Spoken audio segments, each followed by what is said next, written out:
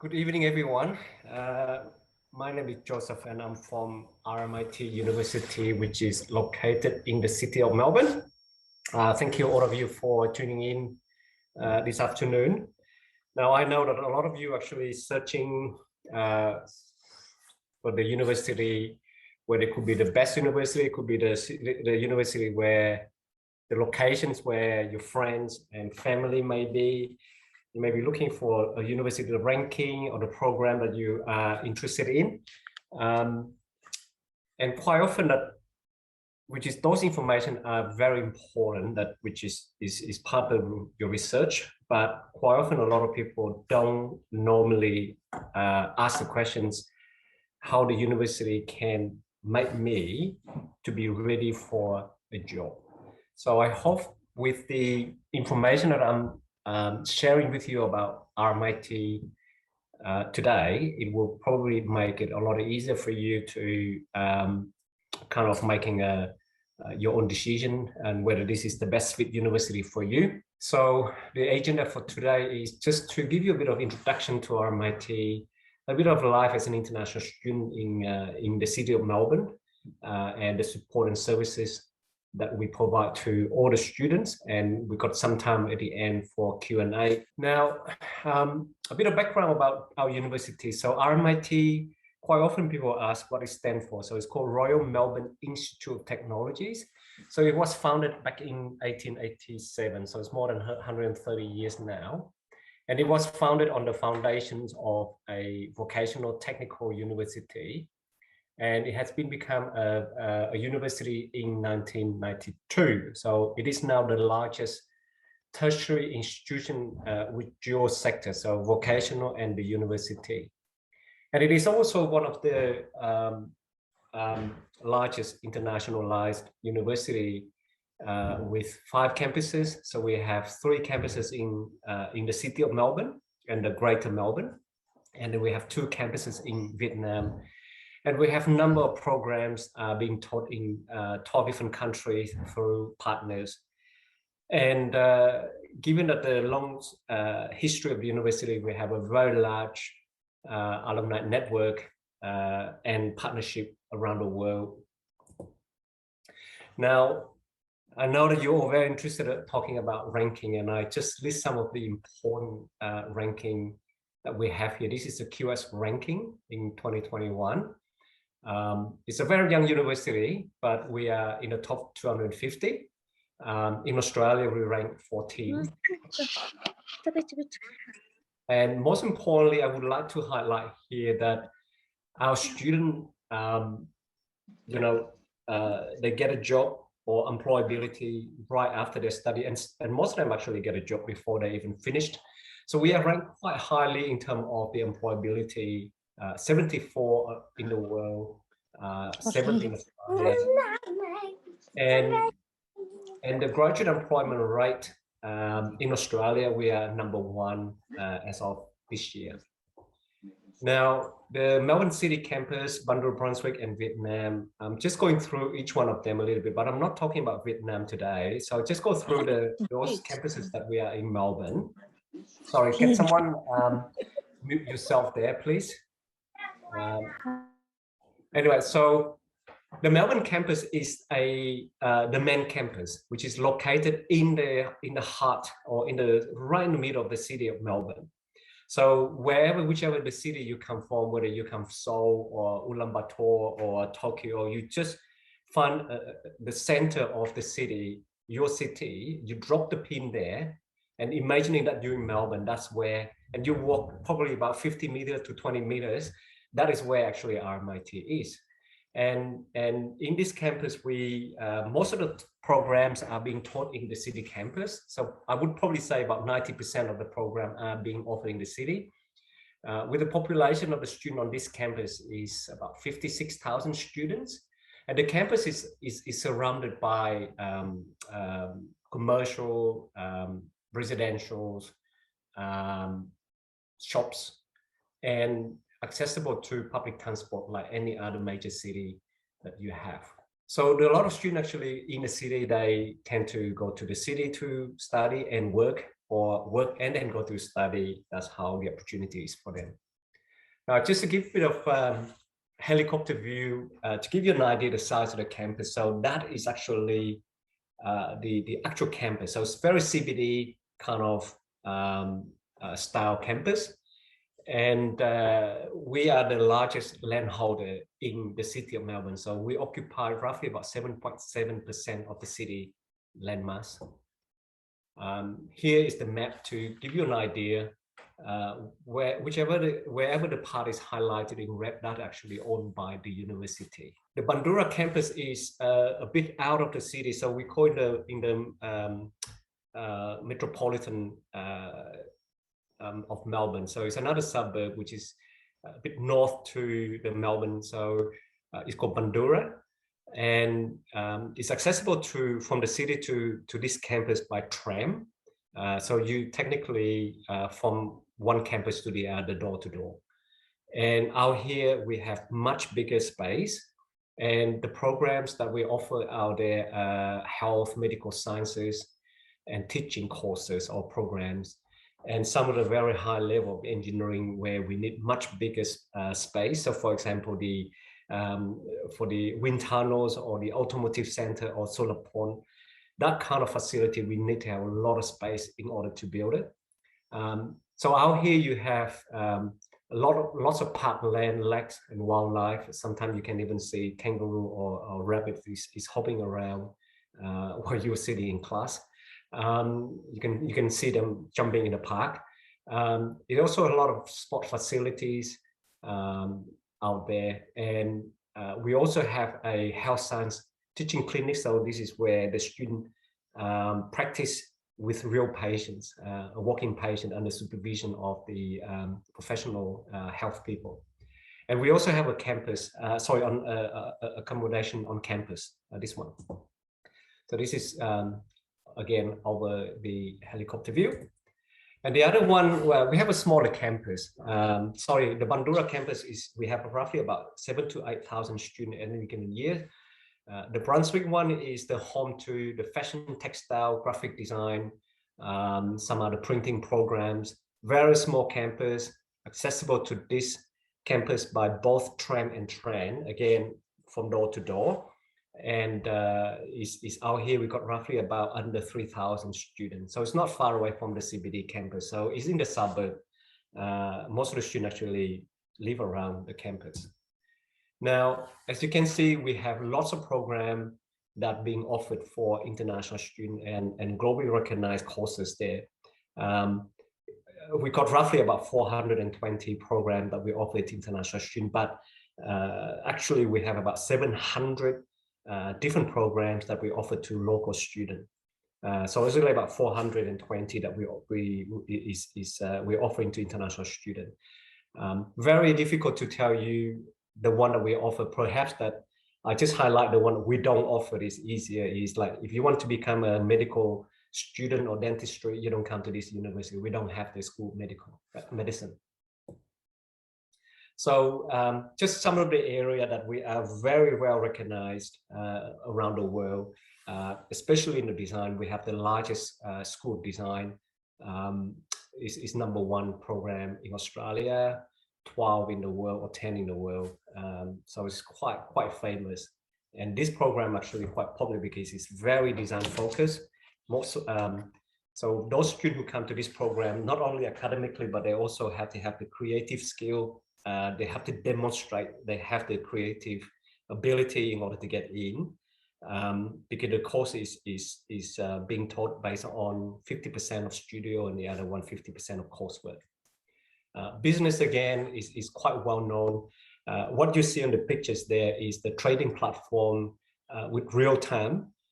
We're one of the largest in Australia. I think the only university had this one for quite some time. The other university, which is also in Melbourne, have a smaller platform using the same data that we are using, but much smaller than this one. This one actually can take up to 55 stations. And this is where the students actually learn in the real time, the changes in the economy, the stock market, the currency, and so on. So this is where you will be practicing and get the results and understand how the market behave in the real time. Engineering, again, is very, very popular. Now, one of the things I forgot to mention at the beginning, that our university is not only a dual sector university, but it's a very specialized university. So whichever you come to our university, beside the business, you have to know exactly what you're doing. So our engineering is specialized in the year 1 and all the way to the 4th year. So you have to making sure that you are quite be ready for what you want to become. And being specialized degrees, you technically start from building a system or learn how to build a system from the year 1. So it's not a theory based all the way. Computer IT, also very well known, is one of the oldest programs. We recently have redeveloped our curriculum, so everyone who comes to this program must go on the boot camp for a couple of weeks to making sure that you have what to become successful in the IT sectors. Communications, again, this is another area that we would like to highlight here. It is very, very popular in Australia because we work very closely with the media outlet. So our facility is being set up. It's not just for students to practice and learn, but it also used by the media organizations. Now, this is something that quite often that people don't ask which university or how the university helped me to become ready for jobs. And the University of RMIT is quite unique in a way because for over 130 years is known as a practical institution as a method of teaching. So we have to have a lot of partnership with industry. Not only that they are absorbing our students into the internship or projects works, but they are also engaging in our curriculum development. So they actually have the input in how we should design the programs to make students employable. And again, it keeps coming up that what do they actually need from our graduate? And what they want to see is the student have to come out to be able to be equipped with all these 5 skills: the problem-solving skill, the teamwork skill, the communication skill, the adaptability. And you probably have seen in the last couple of years, things has changed very quickly. I mean, pre-pandemic, we were talking about IT interruptions, and also even thing. If you look at the Airbnb and Uber, those kind of interruption to the business, and you've got to be able to adapt those changes very quickly, but more so in the last couple of years because of the COVID, thing has changed a lot. And that's what we need to see. And the interpersonal skill, you need to be able to present yourself and articulate yourself to not only to among your teammate, but also to the client. So all these skills you will get from the type of training that we embedded into the study. So either through a work integrated learning. So this is a subject that you study may have 1 or 2 projects per semester, and they are real industry projects where you will be tasked as a team or individually to solve a problem, and they are real problem in the industry. And so that's how you learn to apply the knowledge that you learn into practice, and you learn how to practice those knowledge immediately before you even you don't have to wait until the end of the program to be able to practice that. So you learn how to solve the problem as you go, and by working with the team, and these are the real issues. So it's changing all the time, but you're working with a team, you learn how to do the teamwork, you learn how to solve the problems, and then you present it back to the people, the industry people who presented you this projects. So that's how you actually going to learn all these skills that can form. The other area we're looking at the practical placement. So some of the program you are required to work for 6 months to a year or professional practice. Some of the programs, so it's not compulsory but optional. You can do industry projects. For example, if you are an engineering student, you will be getting a project to build a car. So you put a team together a team of someone who can run the project, someone who can do the communication bit, someone who can design the car, someone who are good at finance. So you work like a team in a big company to build a car. That's how you do the industry projects. And there are also international work opportunity. We work with about 200 plus organizations, and I can name you some of them. For example, Boeing, Airbus, Rolls-Royce, Mercedes, BMW. These are the places where we place our students 3 to 6 months and sometimes up to a year to work with the real team up there to solve a problem. So that's how we actually getting people to get those kind of skills, either through the work placement or internship or through project. Whichever the way, you will come out with the real practical knowledge. And through this kind of projects or internship, you will develop those 5 skills that you need to have once you graduated. And that's what actually the employer looking for. So quite often the people coming out from a program, they're very smart, but they don't have these kind of exposures. And they don't have that kind of confidence or to demonstrate themselves. Then they become say, well, are you competent? So competency is also go along with confidence. So we're making sure that our students not only have the competency, but also confidently to demonstrate that they have the ability and that they can show some of the example that they have to demonstrate that they have the ability. And to support this kind of activities, we have a wide range of different services and resources on campus. So there's a RMIT on demand. If you think that there's an idea, you bring it there, talk to the people who actually belong into this unit. They will connect you to the right place where you can go and present your business ideas. There's a career hub.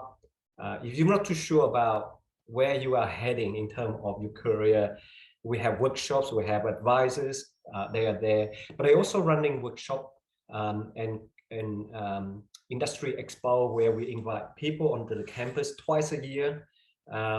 Unfortunately, in the last couple of years, because of the ongoing lockdown, so we do a lot of virtual, but once the pre-pandemic or here from next year onward, we will have the face-to-face with industry on the campus again.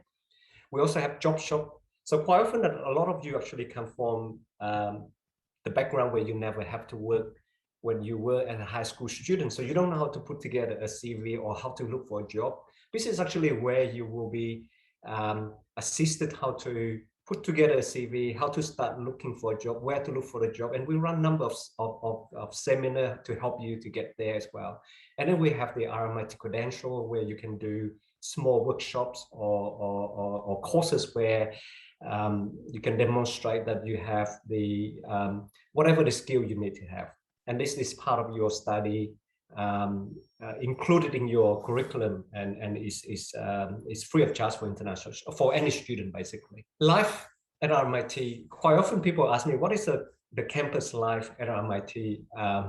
The first thing I can think of is city life, because basically we are in the city center. So you come out from your classroom or building, you already in the city. So that's how, but as you can see in the pictures here, that actually is the life at RMIT. Very multicultural, it's very vibrant, fun.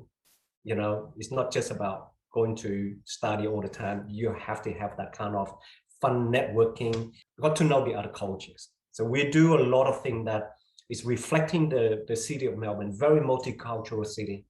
And that's how we do. So I'm going to show you a bit of video. I mean, normally we do this on the campus, face-to-face, but in the last couple of years, even though that a lot of students actually have been stranded or stuck outside of Australia, or we can't go on the campus, but it doesn't mean that we don't have a student life or campus life. So I'm going to show you what we actually have done in the last couple of years, and I hope that we don't have to do this again, but from next year. But just give you some idea, it doesn't matter what situation, we are able to adapt and evolve.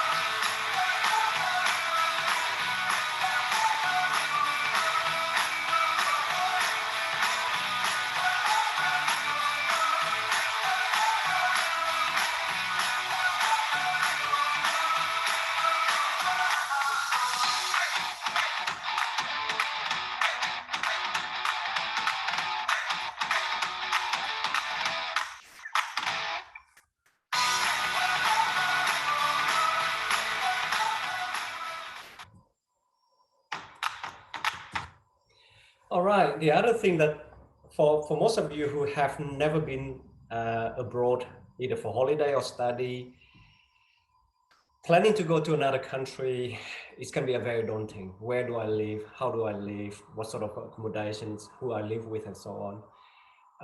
I'm sure some of this concern, the Bada team should be able to support you and assist you.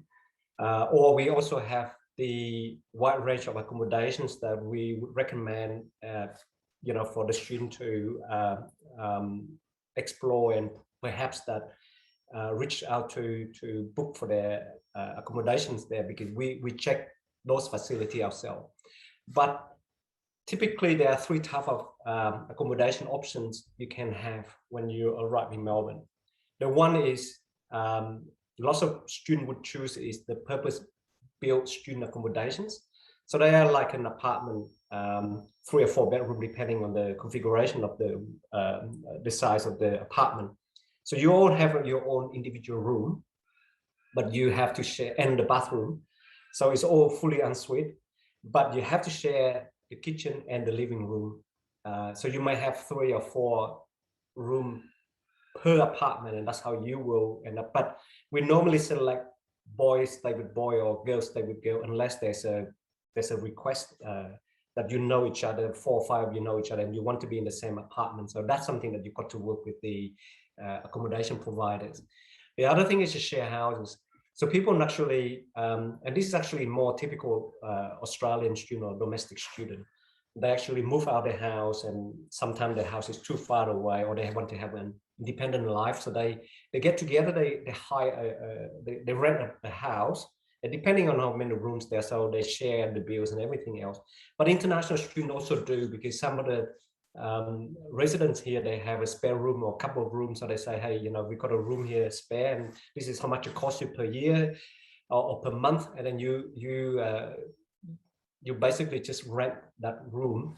And the beauty of that is you sometimes living with an Australian family, where you can learn the cultures and also of other activities that they have. And there's another accommodation, it's called short-term hostel. This is actually very good for those students who are actually not too sure, no idea, and they normally book themselves into this kind of hostel for about a month or 2. So they have their own room, but they have to share facility and everything. So it's quite affordable. And then from there, they actually go out and explore the place and researching to find a more permanent place, long-term to stay. And if they have any issue or concern or difficulty, we do have the accommodation unit services on campus where you will be getting support and help. Cost of living, yes, it can be expensive, but again, it might not be that expensive. So by the immigration policy, you are required to have at least 22,500, I think from my memory, that you must be able to demonstrate that you have that kind of fund for annual living on top of tuition fee. But I said again, it's very difficult to say how much it is actually that I need. Well, that is the benchmark, but a lot of people actually spend more, some spend less, some spend just exactly the same amount. It's all come down to your lifestyle. And if you're a party animal, it would never be enough. But if you are a type of student who actually very, always looking for saving, not only saving, but you are, if you go and find a part-time jobs, which is you are allowed. As an international student, you are allowed to work up to 20 hours a week during the semester. But during the holiday, you can work as long as you like. And that actually can be part of saving. And being in the city campus, right there, next to you, all the jobs in the retail, in the hospitality, is right next to you. So that's where the student actually get the opportunity to earn, pocket money or making a bit of saving. So I spoke about services there. We have a wide range of different services. So not naming anything, but it's just like the full services that you normally get in the normal society. So ranging from childcare for adult students. So they may have, so those actually doing master or PhD, they normally have young family. So We even support them with this, with those kind of services. Or you might be missing home, or you might find it difficult to connect with people. We have services there. Even financially, for some reason, maybe something happened, the money is not transferred quickly, or there's something happened, interrupted the banking system or whatever. We will be there to support you, but you've got to reach out to tell us exactly what you need so that we can provide you the right support. But at the end of the day, this is all confidential. So I do encourage, one of the problems that I always have seen is lots of international students don't normally reach out for support until it's very, very late. And by the time, the best thing we can do is just to say, well, you know, we understand, but there's not much we can do, especially those who are actually struggling with the study or emotionally. So we would like to hear from you. As soon as you feel like you are struggling, don't try so hard and just reach it out, because all these services is part of your tuition fee. And is there provided for you. So you don't use it, you lose it. All right, so that is all for me.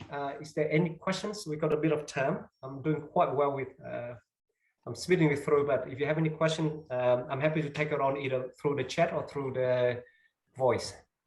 Yeah, thank you, Joseph. It's Kim here. There's one question. There's a question in here. Other than your own foundation program, do you accept universities, other foundations from other universities? We do.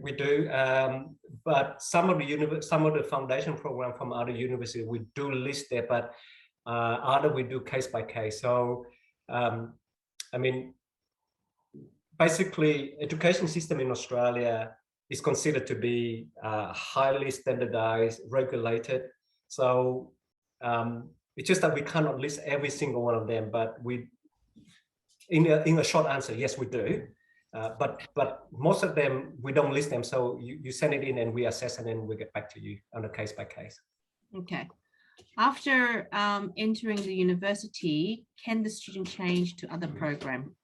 Within the same university, yes, but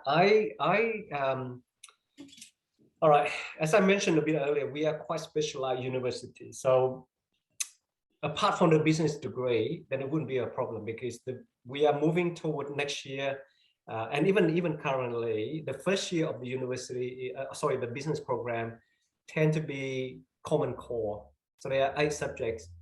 So changing to another program, it wouldn't be a problem for business degree. But however, if you are in any other degree at RMIT, you can change, but you might have to start from the beginning again, or you might get some subject carried over, but you would have to do from the beginning. So that's what I said, that the students who come to RMIT, majority of them already know exactly what they want to come out with. So they're quite clear about where they want to be in the futures. So I would actually recommend the same thing, that if you're not too sure about a program, do speak to my colleague at Bada, or you can even reach out to me for further advice or support before you commit yourself. But yes, you can, in a nutshell, in a short answer, yes, you can, but be aware that some of the program may not be the same, because we are quite specialized. And plus, I think if you change, you know, once you enter the university and you decide to change into a different course, then there's also the extra administration side of you need to get a new COE, and isn't it? Yeah, so that actually is not a major thing, because you're right, and sometimes get a new COE, that means you might not have to, or you won't have to do anything with your visa, is still valid. But if changing the program, then the length of your study will be longer than the original ECOE or the current visa, then you will probably have to, you might have to extend your visa further, and that will be additional cost as well on top of the. So as I said, it's not something to be discouraged, but it's something that to be aware. So you have a lot of support around you. You have the support from the agency, you have the support maybe even in your own school or family, but once you very clear where you want to be, go for it. And for whatever they change, it's not the end of the world. You still can change, but there's something that you have to be mindful. That's all. Yeah. Any other questions? If you don't want to speak, you can put it into the chat room and I can, you know, read the questions out.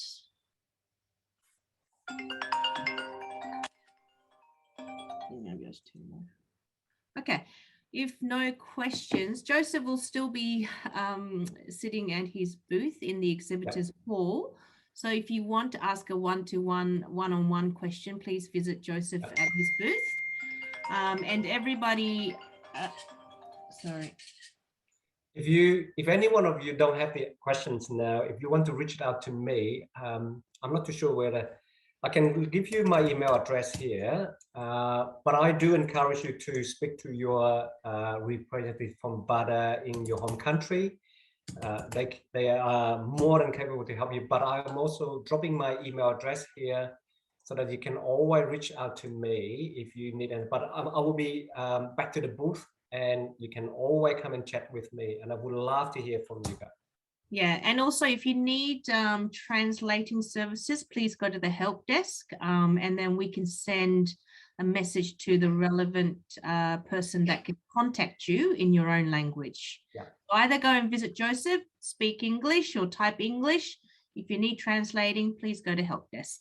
All right. All right. Well, if no question, then I'll let everyone go. But thank you very, very much for your time tuning in, and thank you, Kim, for hosting this seminar. Thank you. No worries. Thank you. Bye, everybody.